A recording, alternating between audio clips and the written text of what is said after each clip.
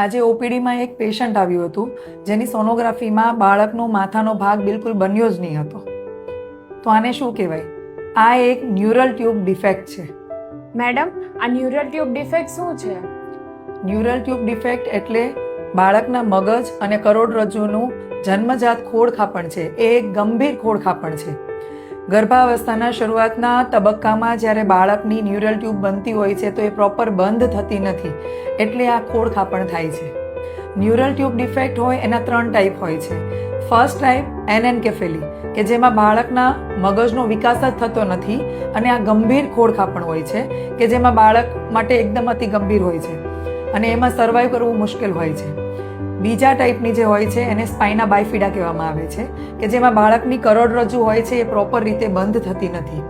ત્રીજો ટાઈપ હોય છે એને એનેન્કેફેલી કહેવામાં આવે છે કે જેમાં બાળકના મગજનો ભાગ થોડો બહારની સાઈડ હોય છે. મેડમ, આ ન્યુરલ ટ્યુબ ડિફેક્ટ માટે ખાલી ફોલિક એસિડની ઉણપ જ જવાબદાર છે? ન્યુરલ ટ્યુબ ડિફેક્ટ માટે ફોલિક એસિડ એક મુખ્ય જવાબદાર કારણ છે, પણ એના સિવાય બીજા ઘણા બધા કારણો છે કે જેના લીધે ન્યુરલ ટ્યુબ ડિફેક્ટ થઈ શકે છે. જેમ કે માતાને અગાઉ આવું બાળક ખોડખાપણવાળું જન્મ્યું હોય તો એવી માતામાં આ રિસ્ક ડબલ થઈ જાય છે. બીજું, માતાનું વજન વધારે પડતું હોવું, maternal obesity. Second, uncontrol diabetes, કે જ્યારે ડાયાબિટીસ હોય પણ કંટ્રોલ બી ના હોય તો એવી માતામાં ન્યુરલ ટ્યુબ ડિફેક્ટ થવાનું રિસ્ક વધી જાય છે. જ્યારે માતાની કોઈ ખેંચની દવા ચાલતી હોય તો એ ખેંચની દવાના લીધે બી ન્યુરલ ટ્યુબ ડિફેક્ટ થઈ શકે છે. અને એન્વાયરોમેન્ટલ ફેક્ટર, કે જ્યારે મધરને શરૂઆતના 3 મહિનામાં હાઈ ગ્રેડ ફીવર આવે અને લાંબો ટાઈમ રહે અથવા તો પ્રેગ્નન્સીમાં સોના બાથ લેવામાં આવે તો આ બધા પરિબળોના લીધે બી ન્યુરલ ટ્યુબ ડિફેક્ટ થઈ શકે છે. તો મેડમ, આ ન્યુરલ ટ્યુબ ડિફેક્ટનું વહેલે તકે નિદાન કેવી રીતે થઈ શકે? ન્યુરલ ટ્યુબ ડિફેક્ટને ડાયગ્નોઝ કરવા માટે શરૂઆતના 10 થી 12 અઠવાડિયામાં પ્રેગ્નન્સીમાં સોનોગ્રાફી કરાવવી જોઈએ, કે જેમાં આ એનેન્કેફેલી, કે જેમાં બાળકનું માથું જ નથી બન્યું, એ ગંભીર બીમારી શરૂઆતમાં જ પકડી શકીએ. બીજી વસ્તુ, જ્યારે શરૂઆતના 3 મહિનાની સોનોગ્રાફી ના થઈ હોય તો 18 થી 20 અઠવાડિયે બી સોનોગ્રાફી કરીને આપણે એનેન્કેફેલી, સ્પાઇના બાયફિડા અને સમટાઈમ્સ એનેન્કેફેલોસીલ, કે જેમાં મગજનો ખોપરીનો ભાગ બહારની સાઈડ હોય છે અથવા તો મગજની ટીશ્યુ હોય એ બહારની સાઈડ હોય છે, એ આપણે નિદાન કરી શકીએ.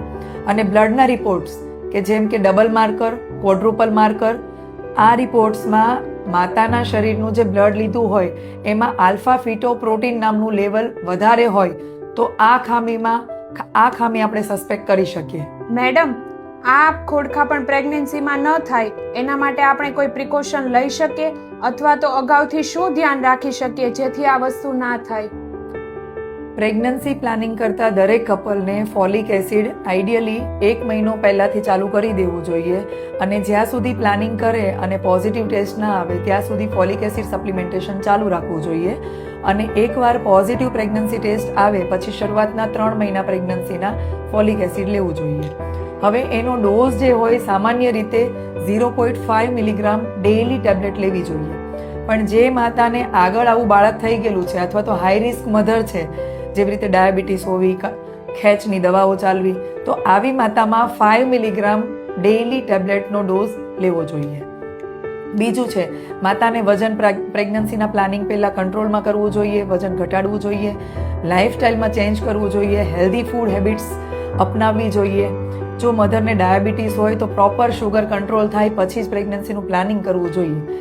હવે જો તમને ખેંચ જેવી બીમારી હોય તો એની દવા ચાલતી હોય તો પ્લાનિંગ કરતાં પહેલાં તમારા ડૉક્ટરને ઇન્ફોર્મ કરવું જોઈએ કે મારી આ ટેબ્લેટ ચાલે છે, જેથી કરીને એ ટેબ્લેટ પ્રેગ્નન્સી દરમિયાન થોડી ચેન્જ કરવામાં આવે. સો મધર, આ એક જ એવી ખોડખાપણ છે કે જે તમે અગાઉથી ફોલિક એસિડ લઈને અટકાવી શકો છો.